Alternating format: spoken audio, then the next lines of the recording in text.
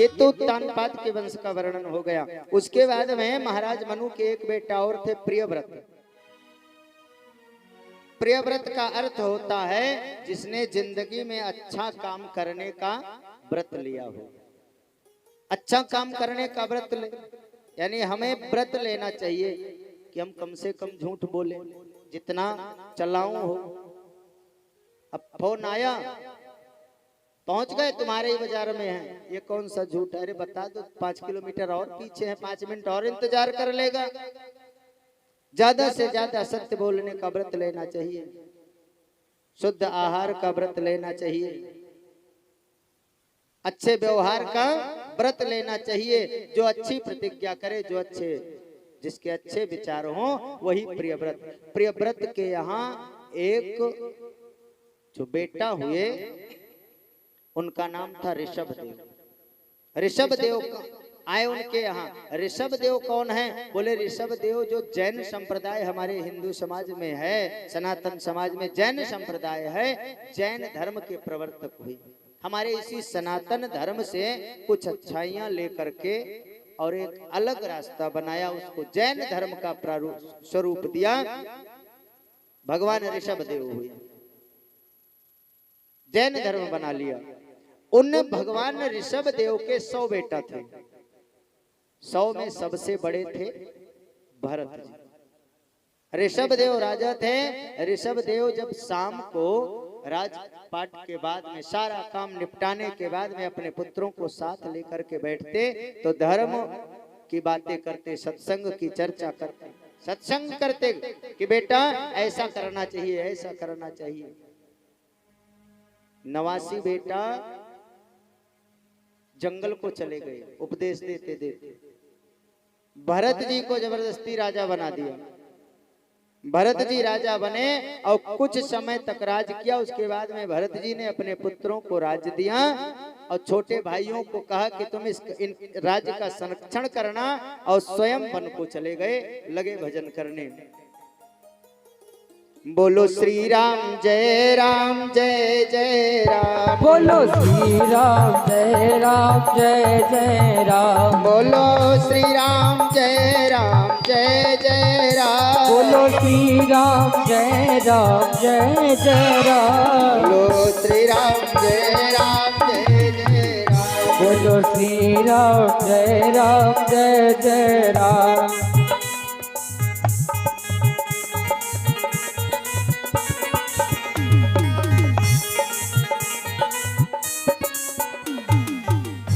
बोलिए राजा रामचंद्र भगवान की जय। वन में चले गए तपस्या करने के लिए। तपस्या करने लगे और तपस्या, भरत जी के 3 जन्मों की कथा है। सूक्ष्म में इस प्रसंग को प्रणाम करते हुए आगे को चलेंगे। तपस्या करने गए और तपस्या पूरा जीवन, चौथापन है ही, तपस्या किया। और तपस्या करते करते एक दिन की बात, उनके सामने एक घटना घटी। घटना क्या घटी कि एक शेर एक हिरनी को पीछे से दौड़ा रहा है। हिरनी भगी जा रही है और पीछे से एक शेर दौड़ा हुआ आ रहा है। अचानक से सामने नदी आ गई, सरोवर आ गया, जहां पर भरत जी की कुटिया थी। कुटिया के पीछे सरोवर था। भरत जी आज अपनी आंखों से यह घटना देख रहे हैं कि शेर के डर से हिरनी ने छलांग लगा दी नदी को पार करने के लिए। लेकिन नदी की लंबाई चौड़ाई ज्यादा थी, सरिता की चौड़ाई ज्यादा थी। इस किनारे से उस किनारे पर नहीं पहुंच पाई। बीच में ही एक अपने शावक को जन्म दे दिया। हिरनी गर्भवती थी, उसका शावक जो था, उसका बच्चा उसी नदी में के जल में गिर गया। और उस पार जब हिरनी गिरी तो किनारे पर पड़ी। एक तो प्रसव पीड़ा, दूसरे शेर के द्वारा पकड़े जाने का डर। न जाने कौन सा ऐसा समय था कि जो हिरनी थी वो मर गई, प्राणांत हो गया उसका। जब हिरनी मर गई, अब ये सारा दृश्य भरत जी देख रहे हैं और जो शावक है, जो नन्हा सा बच्चा है, वो जल में बह रहा है। अभी तुरंत जन्म लिया है, उसको जल क्रीड़ा नहीं आती, वो जल में तैर नहीं सकता। भरत जी ने देखा, दौड़ करके गए हैं और उस नन्हे से शावक को उठा करके लेकर आए, अपने आश्रम में रखा, आंच अलाव जलाया, अलाव जला करके उसके शरीर को गर्माहट दी, उसके बाद में उसके भोजन का प्रबंध करने लगी। क्यों? क्योंकि इसकी माँ तो मर गई है, अब मेरे सिवा इसका कौन है। हमें जीवों पर दया करनी चाहिए। कहीं भी अगर हमारे आंखों के सामने कोई जीव अगर तड़प रहा है, किसी जीव को हमारी आवश्यकता है तो उसकी मदद करनी चाहिए। भरत जी ने की, करनी चाहिए थी, लेकिन जब वह शावक बड़ा हो गया उसे उसके झुंड में छोड़ देना चाहिए था, लेकिन भरत जी से यहाँ पर गलती हो गई। उन्होंने सोचा कि अगर इसे हिरण के झुंड में छोड़ दूंगा तो जिस प्रकार इसकी माँ दौड़ते हुए मर गई थी उसी प्रकार ये भी शेर के डर से मर जाएगा। मैंने इसका लालन पालन किया है, अगर ये आश्रम में ही रहे तो क्या हर्ज है।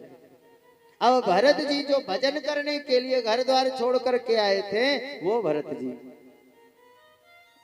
आज उस हिरण के बच्चे को बार बार निहार रहे हैं, बार बार देख रहे हैं। अगर भूख लगी है तो उसके लिए चारे का इंतजाम करना, उसके लिए जल लेकर के आना। वो कहीं अगर आंखों से ओझल हो जाता तो पूरे वन प्रदेश में उस बच्चे को ढूंढते रहते, उस हिरण के शावक को ढूंढते रहते। जो 2-4 माला जप होना था वो भी बंद हो गया। आए थे हरि भजन को उठन लगे कपास, कहाँ आए थे भगवान का भजन करने के लिए, और कहाँ हिरण के बच्चे को उसके पीछे अपना समय व्यतीत कर रहे हैं। अब एक दिन समय पूरा हुआ, हर जीव का होता है। आज भरत जी का समय पूर्ण हुआ, प्राण आकर के कंठ में रुक गया, ब्रह्मरंध में आकर के प्राण रुक गया। अब भरत जी सोच रहे हैं कि अभी तो 2-4 मिनट में मेरा प्राणांत होने वाला है, मेरा प्राण इस पंच भौतिक शरीर को छोड़ करके अभी निकलने वाला है, और तो और कुछ भी हो जाए लेकिन मेरे न रहने के बाद में इस हिरण के शावक का देखभाल कौन करेगा। अंत मति जो मति सो गति के अनुसार भरत जी अंत समय में, जीवन के अंतिम क्षण में उस हिरण के शावक का ध्यान करते करते प्राणांत हुआ। इसलिए जो मति सो गति के अनुसार भरत जी का जन्म, जो दोबारा जन्म हुआ, वो हिरण का शरीर मिला। अब हिरण के शरीर में जन्म ले लिए भरत जी, इधर उधर घूम रहे हैं।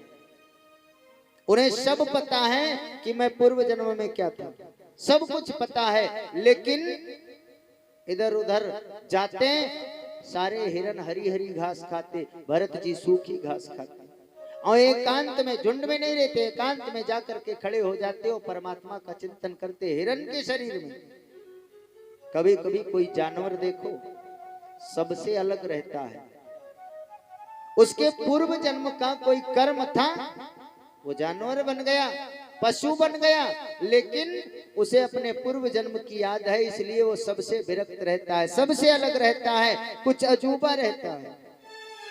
बहुत लोग कहते हैं महाराज कुत्ते एसी में घूमते हैं, आप लोगों ने भी देखा होगा, बहुत लोग कुत्ता पालते हैं शहरों में, और अगर उनके कुत्ते को कुत्ता कह दो तो लड़ जाएंगे। उनका स्पेशल नाम होता है, जो हमारे यहाँ बच्चों का नाम होता है वही नाम वो रखते हैं अपने कुत्तों का।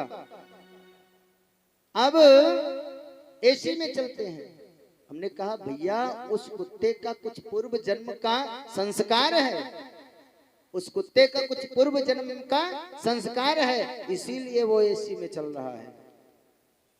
आज भरत जी हिरण तो बन गए, पूर्व जन्म का संस्कार है, हिरण बन गए, लेकिन हिरण के झुंड से अलग रहते।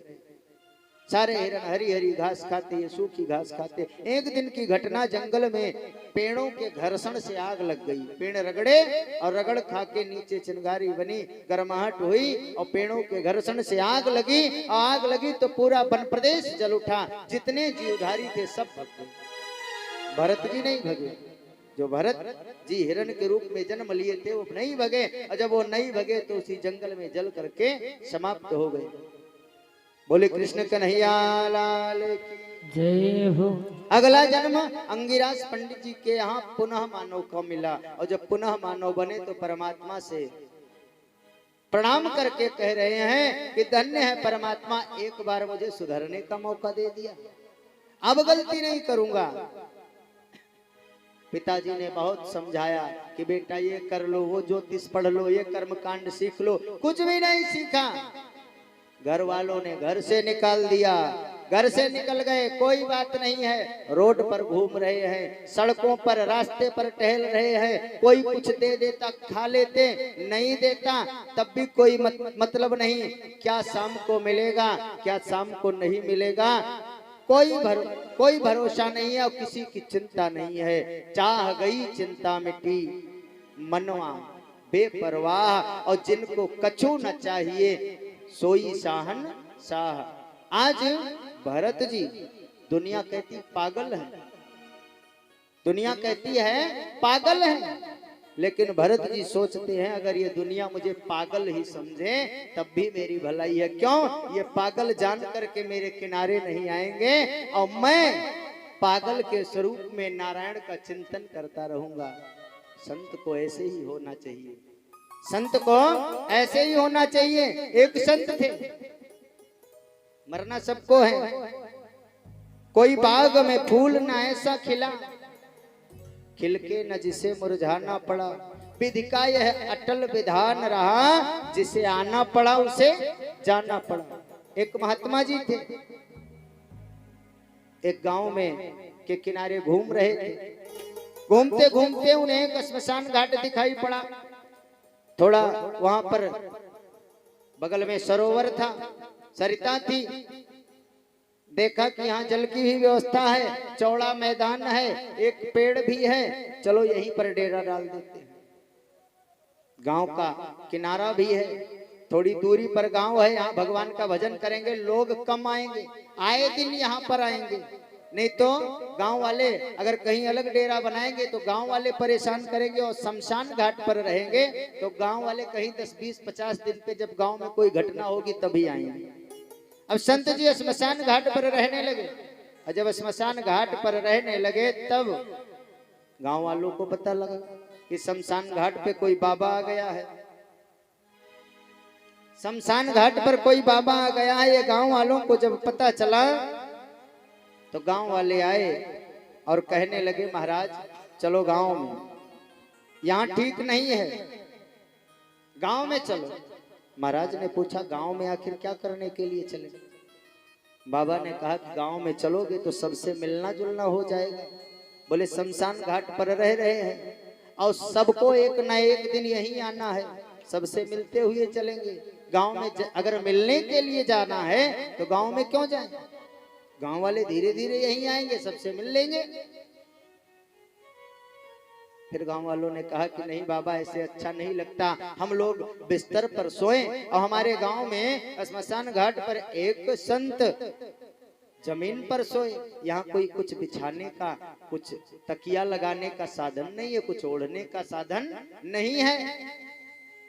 तो संत ने क्या जवाब दिया कि जमी पर लेट जाते हैं, सिराहने हाथ धरते हैं, कि हम तो अपना तकिया बिस्तर हमेशा साथ रखते हैं, हमेशा अपने साथ अपना तकिया बिस्तर रखते हैं, हम तुम्हारे गांव में नहीं जाएंगे। संतों का यह स्वभाव होना चाहिए। लेकिन आजकल जिसका जितना प्रचार है, जिसका जितना फैशन है, जिस संत के पास जितनी गाड़ी है वही सबसे प्रबल संत है, समझो। मानस में बाबा ने भी लिखा है, फिर भी ठीक है, जैसे तैसे भी सनातन धर्म का प्रचार प्रसार कर रहे हैं, चाहे जैसे, वह भी परम वंदनीय है। क्यों? इसलिए वंदनीय है कि भगवान नारायण का प्रचार प्रसार कर रहे हैं। अब इस कलयुग में उनकी भी जरूरत है। नहीं, हमें सबका तो वैसे धौंस डाले नेता लोग, अगर वे लोग ना हो तो हम लोगों का अस्तित्व ही ना रहने दें। आज भरत जी इधर उधर घूम रहे हैं।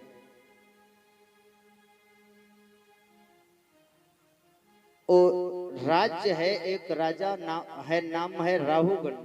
राहुगण का राज्य है। राहुगण राजा की पालकी उधर से जा रही है, उस रास्ते पर भरत जी घूम रहे हैं। नाम है जड़, लोगों ने रख दिया मूर्ख। मूर्ख का मतलब जड़, यानी जड़ नाम, जड़ कहने लगे। जड़ भरत, जड़ भरत, जड़ भरत के नाम से प्रसिद्ध महात्मा है, पागल है। राहुगण राजा जा रहा था, 4 पालकी में कहार लगे हुए थे, उसमें से एक बीमार हो गया। राजा से कहारों ने कहा कि महाराज एक पालकी चलाने वाला बीमार हो गया है। राजा ने कहा हमारा राज्य है, सारी प्रजा हमारी है, जो रास्ते में दिखाई पड़े उसे पालकी में लगा लो, कोई फर्क नहीं पड़ेगा, हम राजा हैं। उसे भी गर्व की अनुभूति होगी कि हमने भी राजा की सवारी को ढोया है। इतने में भरत जी दिखाई पड़ गए। भरत जी जब दिखाई पड़े तो कहारों ने बुलाया कि आओ पालकी उठाओ।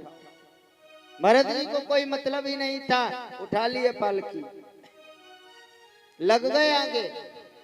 अब जब आगे लगाया कहारों ने, तब भरत जी, एक तो लंबा चौड़ा शरीर, जिनको कचूना चाहिए सोई शहंशाह, जो मिल जाता पा लेते, बढ़िया हष्ट पुष्ट लंबा चौड़ा शरीर। अब पालकी जब आगे से उठाए तो महाराज ऐसे पीछे केबल हो गए, अकेले उठा लिया, 3 कहार पीछे, भरत जी आगे चल दिए लेकर के। इतने में रास्ते में चींटी वगैरह दिखाई पड़ी, चींटी चैटा। भरत जी ने देखा तो जीव है, अभी पैर के नीचे आ जाएगा, उसे छलांग लगा दिया। अब पालकी चलाने वाला अगर छलांग लगाएगा तो पालकी में बैठने वाली की क्या स्थिति होगी। राजा ने जोर से आवाज लगाई, कौन दुष्ट है? अरे पालकी चलाते वक्त छलांग लगानी चाहिए, इतनी भी समझ नहीं है। कौन सा ऐसा दुष्ट है, किस मूर्ख को पालकी में जोत लिया? कहारों ने कहा महाराज हम लोग तो सही चल रहे हैं, मोटा वाला जो बाबा है यही कूद रहा है। बोले इसे पीछे लगाओ, पीछे लगा लिया। अब भरत जी के लिए समस्या अभी तक तो दूर तक दिखाई पड़ता था, अंदाजा लगा के छलांग लगाते थे। अब क्या करें, अब तो सामने बिल्कुल जब नजदीक आ जाएगा तब दिखाई पड़ेगा। अब भरत जी चल रहे हैं, पालकी लेकर नीचे देख रहे हैं, अचानक से फिर कोई जीव दिखाई पड़ा और दोबारा छलांग लगाई, सो पालकी लेके उस पार गिर गए। सारे परेशान। राजा बाहर निकला पालकी से, बोले तुम मूर्ख हो, तुम्हारे दिमाग नहीं है, तुम्हारे बुद्धि नहीं है। और यह बताओ इतना मोटा ताजा शरीर लेकर के तुम इस राज्य में रह रहे हो, तुम्हारा तो जीना बेकार है, तुम जरा सा भी काम नहीं कर पाते। अब यहां पर भरत जी ने सोचा कि अगर मैं आज तक कुछ नहीं बोला हूं, 40 वर्ष का हो गया, आज तक कुछ नहीं बोला, लेकिन अगर आज भी मैं नहीं बोलूंगा तो इतिहास के पन्ने में लिखा जाएगा कि भरत जैसे संत ने जिस राजा का बोझा ढोया वो भी नरक को चला गया। इसलिए आज इस राहुगण को समझाना चाहिए। भरत जी ने पालकी रखी और समझाना प्रारंभ किया कि राजा तुम मुझे मूर्ख कहते हो, तुम मुझे मोटा कह रहे हो, तुम मुझे ताजा कह रहे हो, मोटे शरीर वाला, लंबा शरीर वाला कह रहे हो, हट्टा कट्टा कह रहे हो। ये हमारा धर्म नहीं है, ये इस शरीर का धर्म है। मोटा होना, पतला होना, लंबा होना, चौड़ा होना, विशाल भुजाएं होनी, ये शरीर का धर्म है, ये हमारा धर्म नहीं है। मैं अलग हूं, शरीर अलग है। तुम जिसे मूर्ख कह रहे हो वो मूर्ख नहीं है, जिसे मूर्ख समझ रहे हो वो मूर्ख नहीं है। तुम इस शरीर को चाहे राजा कह लो, चाहे विद्वान कह लो, चाहे मूर्ख कह लो, चाहे पतित कह लो, चाहे कुछ भी कह लो, लेकिन तुम जिसे मूर्ख कह रहे हो वो मैं नहीं हूं, वो ये जड़ भरत है।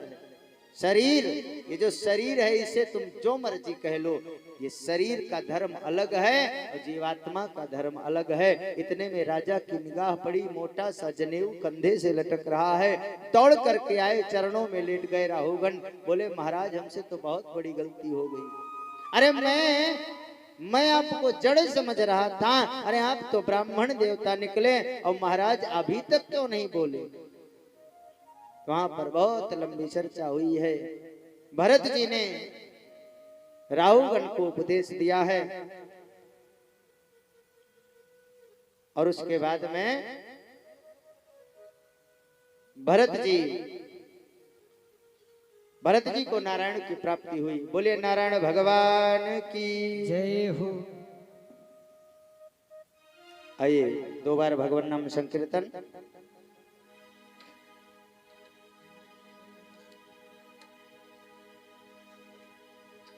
सीताराम सीताराम सीताराम गाए जा, राम जी के चरणों में मन को लगाए जा। सीताराम सीताराम सीताराम गाए जा, राम जी के चरणों में मन को लगाए जा।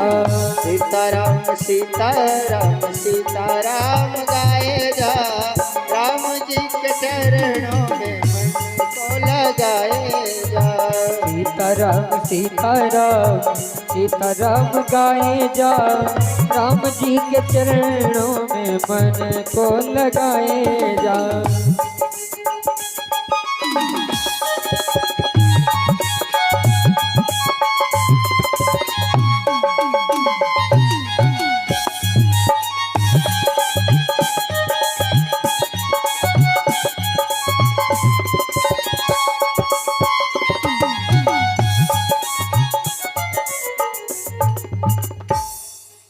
बोलिए राजा रामचंद्र भगवान की जय हो।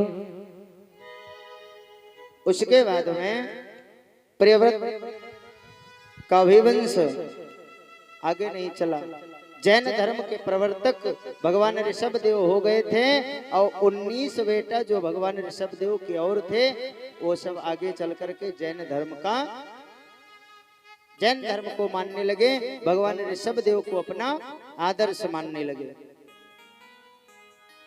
इसके बाद में सुखदेव जी ने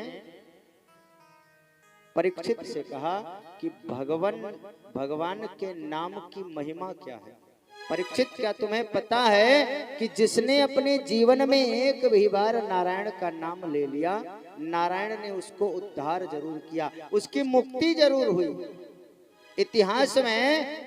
इतिहास उठा करके देख लो, जिसने जीवन में एक भी बार भगवान का नाम ले लिया उसकी मुक्ति जरूर हुई।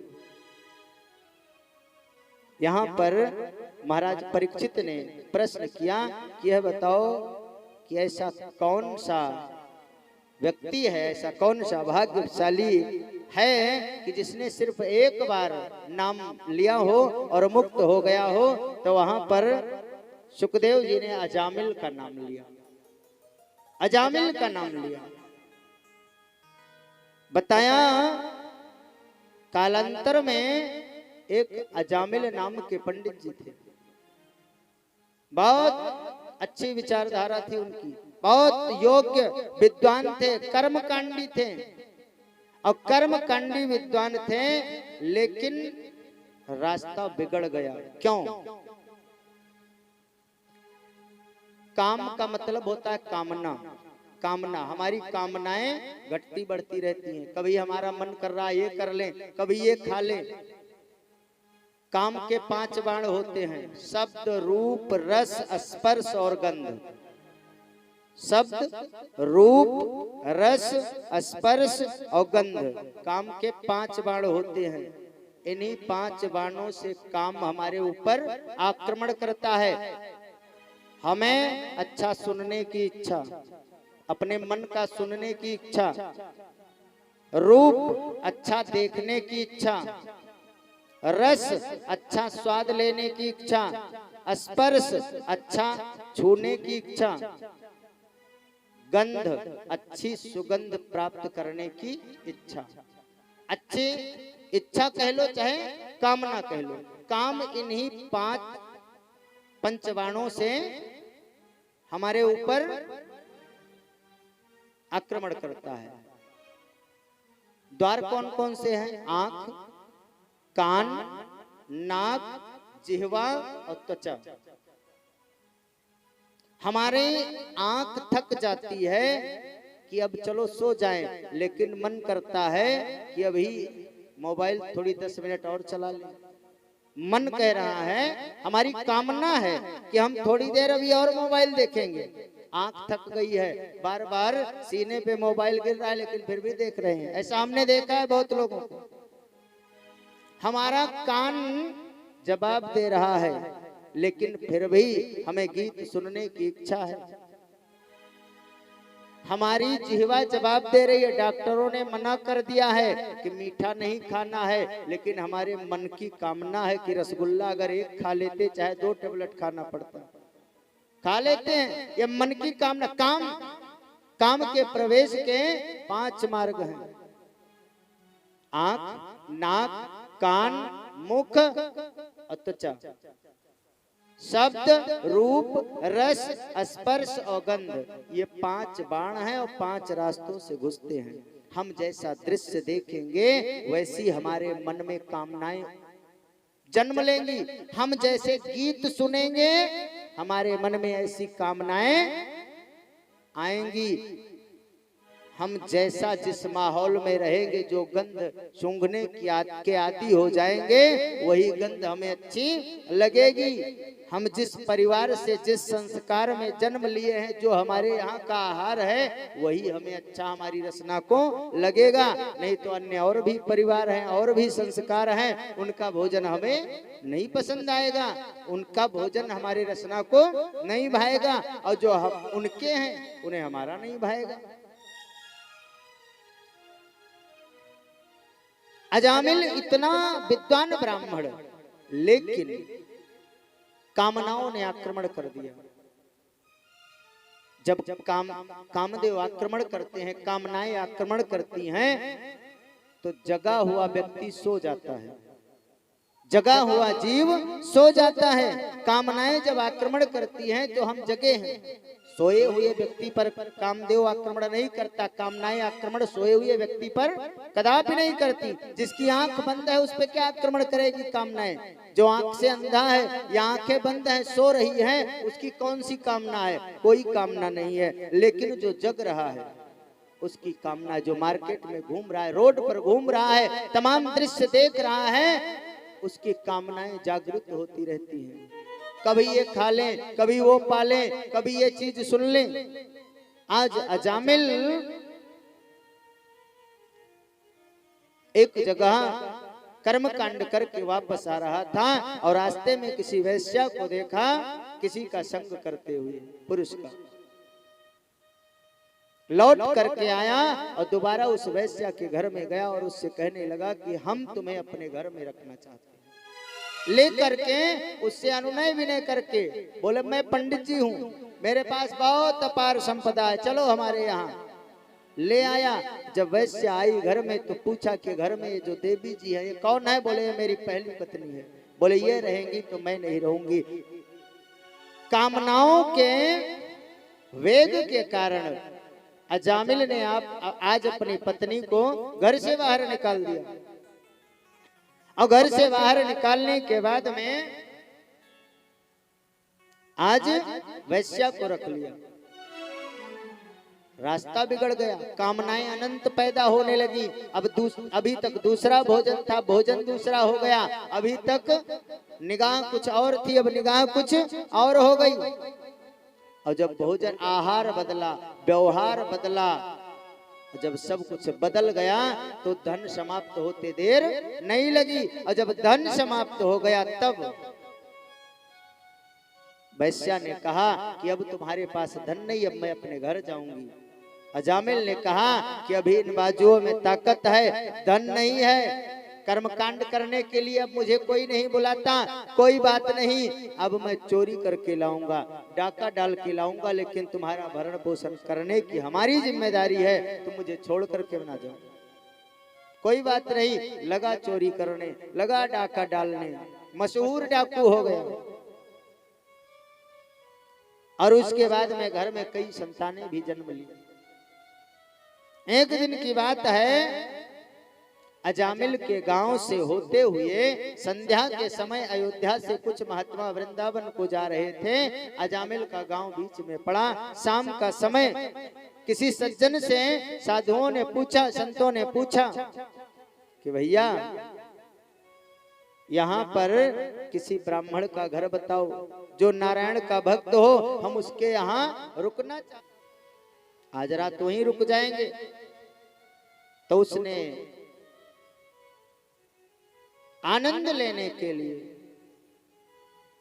उसने विनोद करने के दृष्टि से अजामिल का घर बता दिया। बोले हमारे गांव में एक ही अच्छे पंडित जी हैं, नाम है अजामिल, उनके यहाँ पर जाओ, महाराज आपका खूब स्वागत सत्कार होगा और भगवान ने चाहा तो तुम्हें विदाई दक्षिणा भी मिलेगी।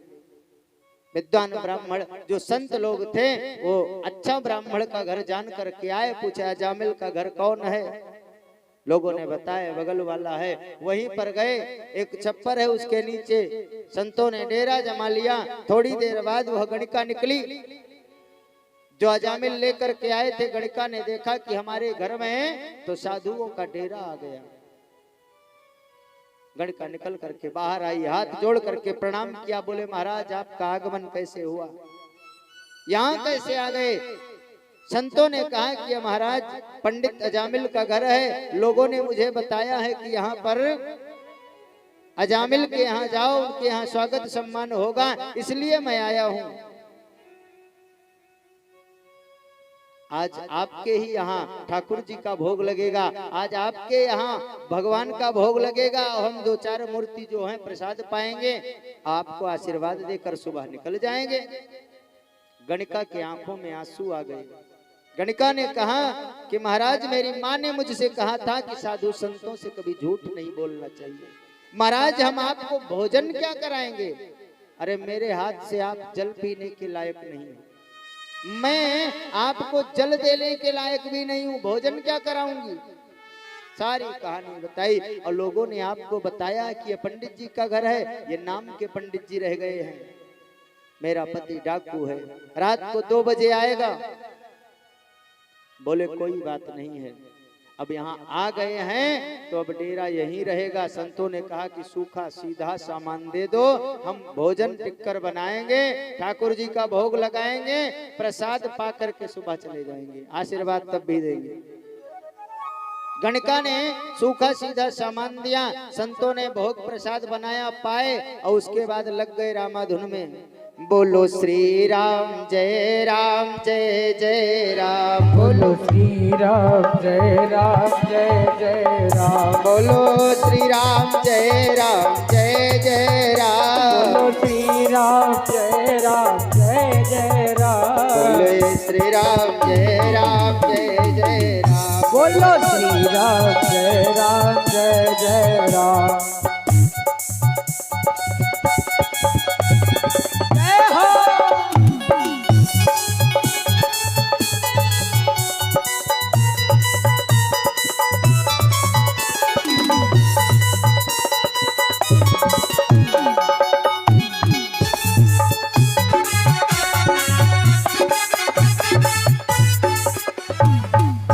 बोलिए राजा रामचंद्र भगवान की जय। संकीर्तन कर रहे थे, इतने में अजामिल आ गया। अजामिल को ने देखा कि हमारे दरवाजे पर राम नाम का संकीर्तन हो रहा है। आया, काली पट्टी सर पे बंधी हुई है, बोला शांत हो जाओ, चुप रहो, क्या कर रहे हो, कहां से आए हो, कहां जाना है, यहाँ कैसे रुके, तमाम प्रश्न एक बार में ही कर लिया। संतों ने सारी बात बताई कि रात्रि विश्राम यहाँ करना है, सुबह चले जाना है, सुबह चले जाना है। रात बीती, किसी तरह से सुबह हुई। जो संत लोग थे जाने को तैयार हुए तो द्वार पर आवाज लगाई, और द्वार पर आवाज लगाई तो अजामिल और अजामिल की वो जो गणिका थी दोनों बाहर निकले।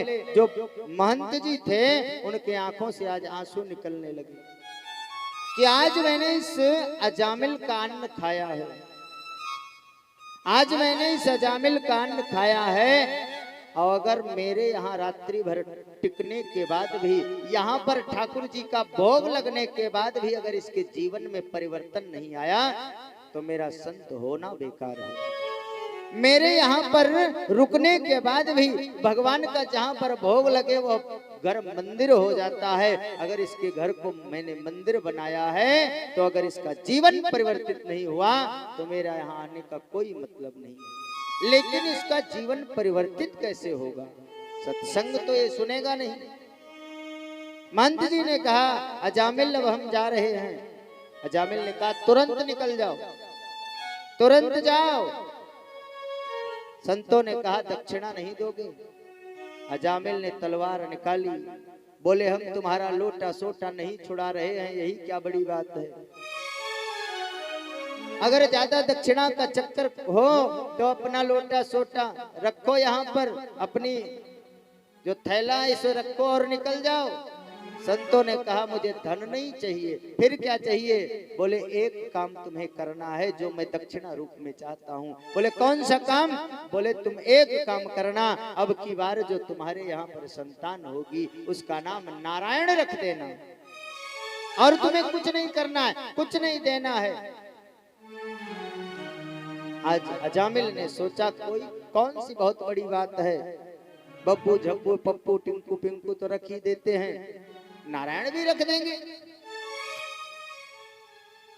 नाम ही तो रखना है, कुछ नाम बुलाने के लिए तो रखना ही चाहिए, नारायण ही रख देंगे। कोई बात नहीं बाबा जाओ।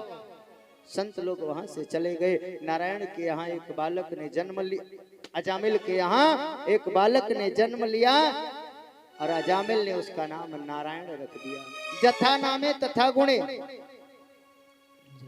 जथा नामे तथा गुणे, जैसा आप नाम रखोगे अपने बच्चों का वैसा ही गुण उनमें आने लगेगा। जैसा नाम रख दोगे वैसा ही गुण उनमें आने लगेगा। एक माता जी ने कहा हमारा लड़का हमसे लड़ जाता है, हमारा लड़का हमसे लड़ जाता है। हमने कहा बेटे का नाम क्या है बताओ, पत्रा में देखें। माता जी ने कहा हमारे बेटे का नाम झगरू है। हम कहा जब नमोए झगरू रख दिए हो तब पत्रा पलटवाने की जरूरत नहीं है। क्या फायदा तुम्हें पंडित जी के पास जाने? अरे पहले नाम सही रखो, जथा नामे तथा गुणे। अगर नाम सही रहेगा तो गुण उसमें अपने आप आने लगेंगे। नारायण नाम है इसलिए जितने और अजामिल के बेटे हैं उनसे सबसे अच्छा होनहार नारायण है। अब जो छोटा बेटा है, छोटा सा है, बहुत अच्छा लगता है, हमेशा अजामिल के ही पास रहता है। इतने में अजामिल का कुछ समय बाद अंत समय आया। अभी नारायण नाम का जो बेटा है, छोटा है, 5-7 साल का, द्वार पर खेल रहा है। यमदूत आ गए अजामिल के, चारों ओर खड़े हो गए। और जब चारों ओर खड़े हो गए तो अजामिल ने सोचा कि अब तो हमें जाना ही है, यमदूत सामने खड़े हैं, एक बार अपने बेटे को देख लेते। सर घुमाया, दूरे क्रीडना सक्तम पुत्रम नारायण व्ययम प्लवतेन स्वरेण चो राजुहावा कुलेन्द्रिय। दूर में खेल रहे अपने नारायण बेटे को आवाज दी, नारायण नारायण नारायण। और जैसे ही 3 बार नारायण नारायण कहा, ये नारायण तो आया ही आया, वो नारायण भी आ गया। बोले नारायण भगवान की जय हो। अजामिल का उद्धार हो गया। नाम लेत भव सिंधु सुखाही, करऊ विचार सुजन मन माही। अब भी हमें विचार कर लेना चाहिए। गोस्वामी तुलसीदास जी ने कहा कि बिना कारण के कृपा करने वाले कौन है? परमात्मा। परमात्मा बिना कारण के भी कृपा करने वाले हैं। जैसे गौतम ऋषि की पत्नी अहिल्या पत्थर बनी पड़ी हुई थी, रास्ता जा रहे थे और चरण रज छुआ करके उसको परम गति को प्रदान कर दिया। कोई उससे वास्ता नहीं था। कारण रहित दयाल, तुलसीदास सठता ही भज, छाड़ी कपट जंजाल। भगवान कारण भी नहीं देखते जब किसी को तारना होता है। अजामिल ने कौन सा पुण्य कर्म किया था, आज अजामिल को तारना था, इसलिए अपने बेटे को बुला रहे नारायण नारायण। और वो नारायण के पार्षद आए और अजामिल को लेकर के गए। बोले सत्यनारायण भगवान की जय हो।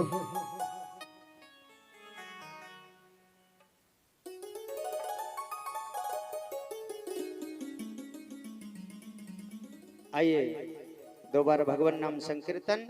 उसके बाद में अब समय भी हो रहा है और भगवान के जन्म तक की कथा है।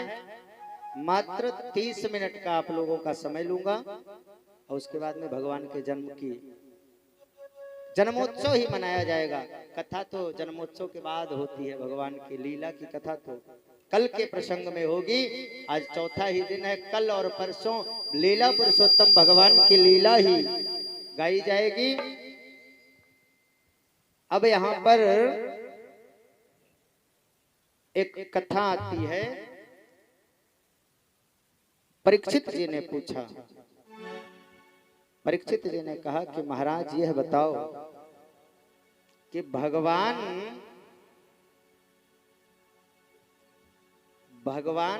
हमेशा देवताओं के पक्ष में रहते हैं और राक्षसों के विपक्ष में रहते हैं। आखिर भगवान समदर्शी है। समदर्शी सब लोग कहते हैं कि भगवान तो समदर्शी हैं, भगवान के लिए सब बराबर है। तो यह बताओ कि अगर भगवान के लिए सभी लोग बराबर है तो भगवान हमेशा देवताओं की मदद करते हैं, राक्षसों को क्यों मार देते हैं? समप्रिया सुहृद ब्राह्मण भूतात्मा भगवान स्वयं, इंद्रिय सार्थे कथम दैत्यान्धे विषयो यथा। दैत्यों को क्यों मारते हैं और इंद्रादि देवताओं की हमेशा मदद क्यों करते हैं? क्या दैत्यों के कुल से ही नफरत है? तो सुखदेव जी ने कहा, बड़ा सुंदर जवाब दिया कि ऐसी बात नहीं है।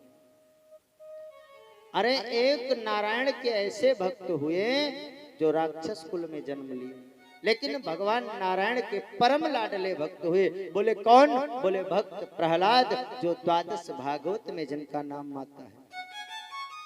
द्वादश भागवत में नाम आता है।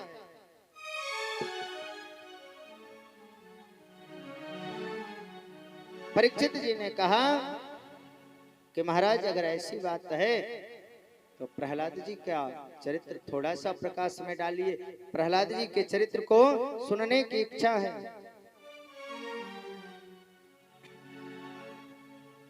अब बताना प्रारंभ किया कि परीक्षित, पहले दिन मैंने तुम्हें कथा में सुनाया था कि भगवान ने वाराह रूप लेकर के हिरण्याक्ष को मार दिया था।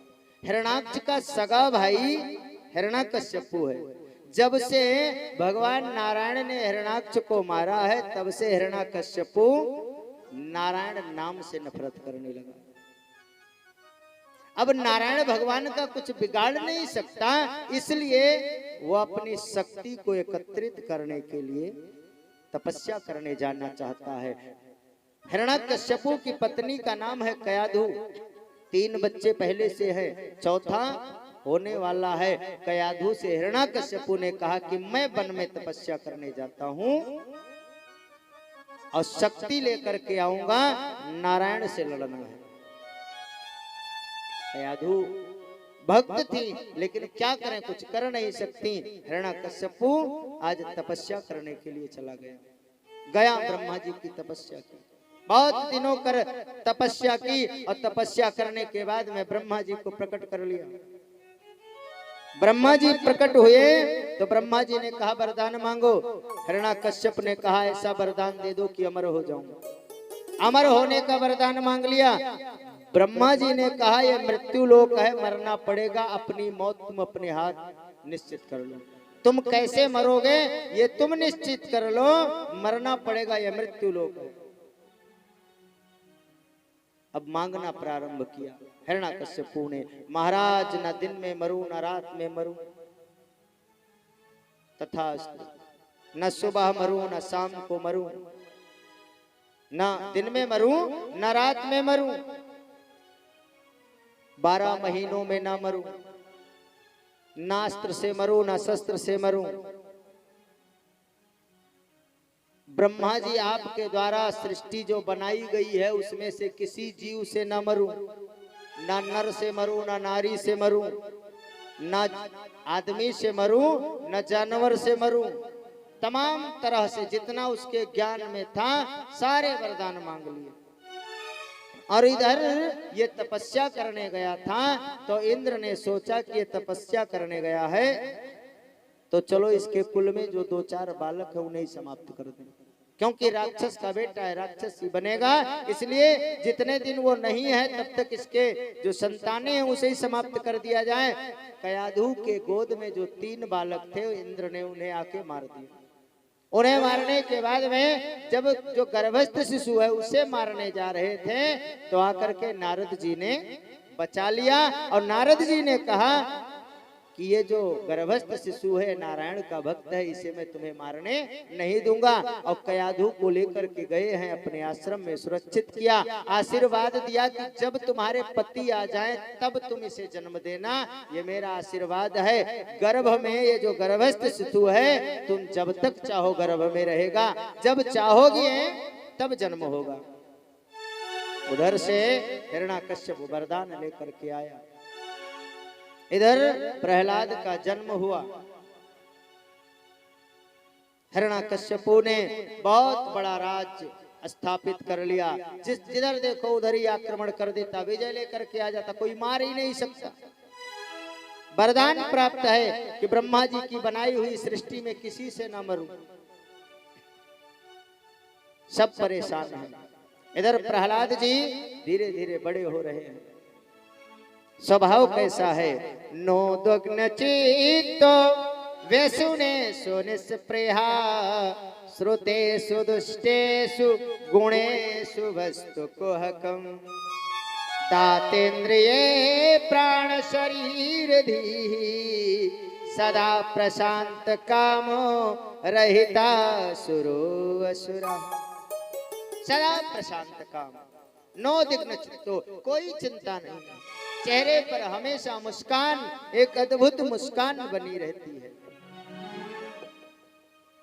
अब किसी का भी बालक है अगर बड़ा होता है तो माता पिता को उसके पढ़ाने की चिंता होती है। थोड़ा सा जब बड़ा हुआ तो हिरण्याकश्यपु ने स्वयं विद्यालय बनवा रखा था, उसमें शुक्राचार्य जी के बेटे हैं संड आमर्क, दोनों को अध्यापक के पद पर नियुक्त कर दिया था। अब जब प्रहलाद जी थोड़ा सा बड़े हुए तो उन्हें भेजा कि इन्हें लेकर के जाओ, शिक्षा दीक्षा दो। प्रहलाद जी लेकर के वे गए प्रहलाद को संड आमर्क, और वहां अपना जो भी विषय था सब्जेक्ट था पढ़ाया।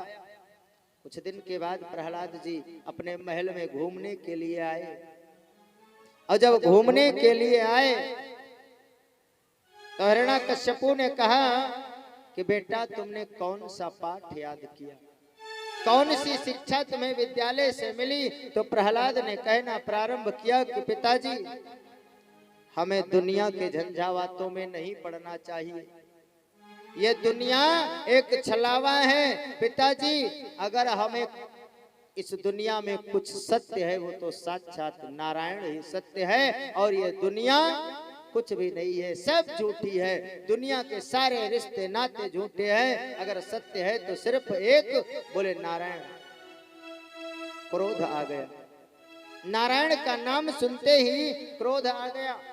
चंडामर्क जी को बुलाया, बोले तुमने कौन सी शिक्षा दी, मेरा बेटा नारायण का नाम ले रहा है, मेरे दुश्मन का नाम जप कर रहा है, ऐसी कौन सी शिक्षा तुमने दे दी? आज दोबारा लेकर के जाओ, दोबारा लेकर के गए और सही से पढ़ाओ, बोले सही से पढ़ाएंगे, सही से पढ़ाया। और कुछ दिन के बाद फिर लेकर के आए, और जब फिर लेकर के आए पुनः प्रहलाद दौड़े दौड़े गए अपने पिताजी के चरणों में प्रणाम किया और प्रणाम करते ही हिरण्यकश्यपु ने सबसे पहले पूछा कि बेटा यह बताओ अब तुमने कौन सा पाठ पढ़ा। प्रहलाद ने कहा कि श्रवणम कीर्तनम विष्णु अस्मरण पाद सेवनो अर्चनम वंदनो दास्यम साख्य आत्मनिवेदनम। पिताजी हमें ज्यादा से ज्यादा भगवान की लीलाओं की चर्चा सुननी चाहिए और लीला सुनने जाएं तो वहां पर बैठ करके कीर्तन करना चाहिए। श्रवणम कीर्तनम विष्णु, और जब वहां से लौट करके आए तो क्या कथा सुनी है उसका स्मरण करना चाहिए। कौन सी भगवान ने कौन कौन सी लीलाएं रची हैं उसका स्मरण करना चाहिए। हमें भगवान का पूजन अर्चन करना चाहिए, हमें भगवान का दास बन करके रहना चाहिए, हमें अपना सब कुछ नारायण पर न्योछावर कर देना चाहिए। जैसे ही इतना सुना तलवार निकाल ली, संडा मर्क दोनों घबरा गए, दोनों परेशान हो गए। बोले क्या हुआ महाराज? बोले अभी तक तो नाम ही लेता था, प्रवचन भी देने लगा। अभी तक नाम ले रहा था और मैंने तुम्हें सावधान करके भेजा था, अब तो ये सत्संग भी करने लगा। अब क्या होगा? रोग फैल गया है।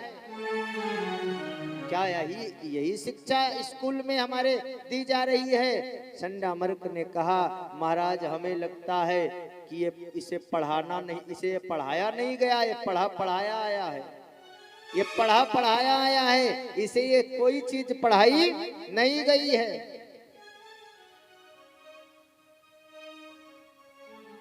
वहीं पर रोक लिया गया। प्रहलाद को राजमहल में ही रोक लिया गया। हिरण्यकश्यपु ने सोचा कि अगर मेरा बेटा ही अगर द्रोह करेगा तो मैं नारायण से कैसे लड़ूंगा।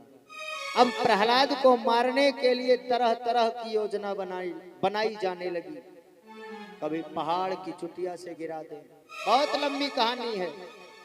कभी पहाड़ की चुटिया से गिरा दिया जाए, कभी हाथी के पैरों तले कुचलवाने की कोशिश की जाए, कभी शेर के सामने डाला जाए, कभी नाना प्रकार के दुख दिए गए, लेकिन प्रहलाद को कोई असर नहीं हुआ। एक दिन की बात, हिरण्यकश्यपु की बहन आई हुई थी, होलिका आई हुई थी। होलिका ने कहा भैया क्यों परेशान हो? बोले परेशानी का कारण सिर्फ मेरा बेटा है, ये मर जाए सारी परेशानी खत्म। बोले आज मार दूंगी। बोले कैसे? बोले इसको लेकर के मैं लकड़ी की चिता पर बैठ जाऊंगी और मुझे वरदान प्राप्त है कि अग्नि में मेरा कुछ जलने वाला नहीं है, मैं बच जाऊंगी, प्रहलाद जल जाएगा, आपकी समस्या समाप्त हो जाएगी। हिरण्यकश्यप ने कहा तो तब तो समझो कि इससे ज्यादा खुशी की और कौन सी बात हो सकती है। होलिका लकड़ी की चिता बनाई गई और होलिका उसी में प्रहलाद को लेकर के बैठ गई, मुस्कुरा रही है। प्रहलाद भी मुस्कुरा रहे हैं। आज देखना है कौन जलेगा, आज देखना है कौन जलेगा। नारायण भगवान की कृपा, जब हम चाहे जितना बलवान हो जाएं, लेकिन हमारा बल उस जगह पर काम नहीं करता जब हमारी नियत सही नहीं होती। अगर हमारी नियत सही है तो हमारा बल हमारे काम आएगा। आज एक भगवान के भक्त का बुरा करना चाहती है होलिका, आज उसका वरदान काम नहीं आया, आज उसका वरदान काम नहीं कर रहा है। जैसे ही चिता में आग लगाई गई, लकड़ी जलने के बाद में होलिका जलने लगी और प्रहलाद जी का कुछ नहीं बिगड़ा। उस आग के गोले से प्रहलाद जी मुस्कुराते हुए निकले और होलिका जल गई। अब जो राक्षस लोग थे ये तो जलाकर चले आए थे, ज्यादा देर रुकते भी नहीं, हो गया काम। लेकिन गांव के जो छोटे छोटे बच्चे थे, प्रहलाद के सहपाठी थे, प्रहलाद के साथ खेलने वाले थे, वे बच्चे बेचारे रो रहे थे। जब होलिका जल गई, प्रहलाद मुस्कुराते हुए निकले तो बच्चों ने देखा है तो प्रहलाद निकल आए। एक दूसरे के गले मिलने लगी और वही राख उठा करके बच्चों ने खेलना प्रारंभ कर दिया, एक दूसरे को लगाने लगे कि मेरा प्रहलाद तो बच गया। तब से आज तक होलिका जलाई जाती है, यानी बुराई जलाई जाती है और अच्छाई उसमें से निकाली जाती है। और जो धूल बचती थी पहले, उसी धूल से, राख से दूसरे दिन होली खेली जाती। होली इसका होली कैसे नाम पड़ा? बच्चों ने कहा कि भैया, प्रहलाद ने पूछा कौन कौन आया है? बोले 4-5 बच्चे खड़े थे, बोले ये आए हैं, ये आए हैं। बोले चलो उनके यहाँ भी हो लिया जाए। जो नहीं आया है चलो उनके यहाँ भी हो लिया जाए, शायद उन्हें पता नहीं होगा कि प्रहलाद को आज जलाया जाएगा। एक हाथ में राख लिए प्रमाण देने के लिए कि भैया अभी निकल के आए हैं। सब बच्चों ने प्रमाण लिया, एक हाथ में राख ली और चल दी अपने मित्र से मिलने के लिए। उसे दिखाया, देखो ये टीका लगाओ, प्रहलाद बच गए, होलिका जल गई। अब इतने में ध्यान आया, चलो फलाने मित्र के यहाँ हो लिया जाए। अब ऐसे हो लिया जाए करते करते उनके यहाँ होली, उनके यहाँ होली, उनके यहाँ होली, कहने होली हुई गई। धीरे धीरे उसी का नाम हो लिया जाए और होली करते करते होली हो गया। अपना अवध क्षेत्र है ही, नाम बहुत जल्दी बदल देते हैं। बाबा जी हैं वे भी बदल देते हैं। उस जमाने में हो लिया जाए का नाम होली हो गया। बोलिए सनातन धर्म की जय, बोलिए नारायण भगवान की जय हो। अब प्रहलाद के जो सखा लोग हैं उन्होंने कहा कि चलो अब घर मत जाना, चलो विद्यालय में। गुरु कैसा भी है, गुरु होता है, हमारी रक्षा करेगा। विद्यालय में लेकर के आए और विद्यालय में जब लेकर के आए तो प्रहलाद के सारे जितने सहपाठियां घेर के बैठ गए। बोले क्यों नारायण तुम्हें कितना प्रिय लगता है? अरे नारायण का पीछा छोड़ दो। जब तुम्हें कष्ट दिया जाता है, जब तुम्हें पहाड़ से गिराया जाता है, जब तुम आग में जलाए जाते हो प्रहलाद, तो तुम्हें चाहे कष्ट हो या ना हो, लेकिन मित्र होने के नाते हमें कष्ट जरूर होता है कि आज मेरे मित्र को तकलीफ दी जा रही है, आज मेरा मित्र पहाड़ की ऊंचाई से गिराया जा रहा है, आज मेरे मित्र को हाथी के पैरों तले दबाया जा रहा है। प्रहलाद ने कहा, अच्छा यह बताओ, इतनी इतनी यातनाएं दी गई, मेरा कुछ बिगड़ा? मित्रों ने कहा बिगड़ा तो नहीं, तो क्या नारायण तुम्हारी रक्षा करने आते हैं? प्रहलाद ने कहा अगर रक्षा करने ना आते तो पहली बार जब पहाड़ की चोटी से गिराया गया था तभी मर गया होता।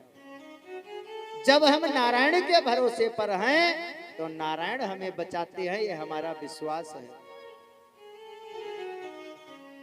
अब जितने सहपाठी थे उन लोगों ने कहा तो जरा नारायण की शक्ति को हमें भी दिखाओ। बोले रोज तुम लोग खेल खेलते हो, आज हम जो बताएंगे वो खेल खेलो। बोले कौन सा? बोले आज संकीर्तन किया जाएगा, आज संकीर्तन का खेल खेला जाएगा।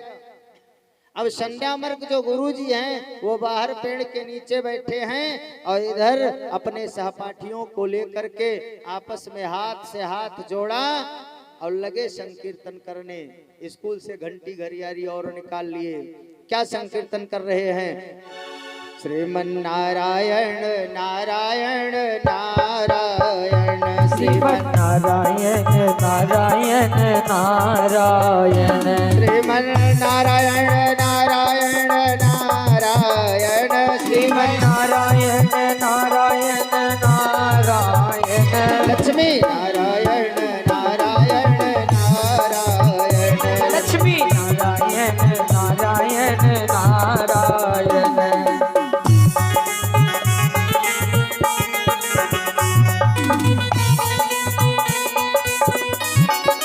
जय हो, हरि बोल।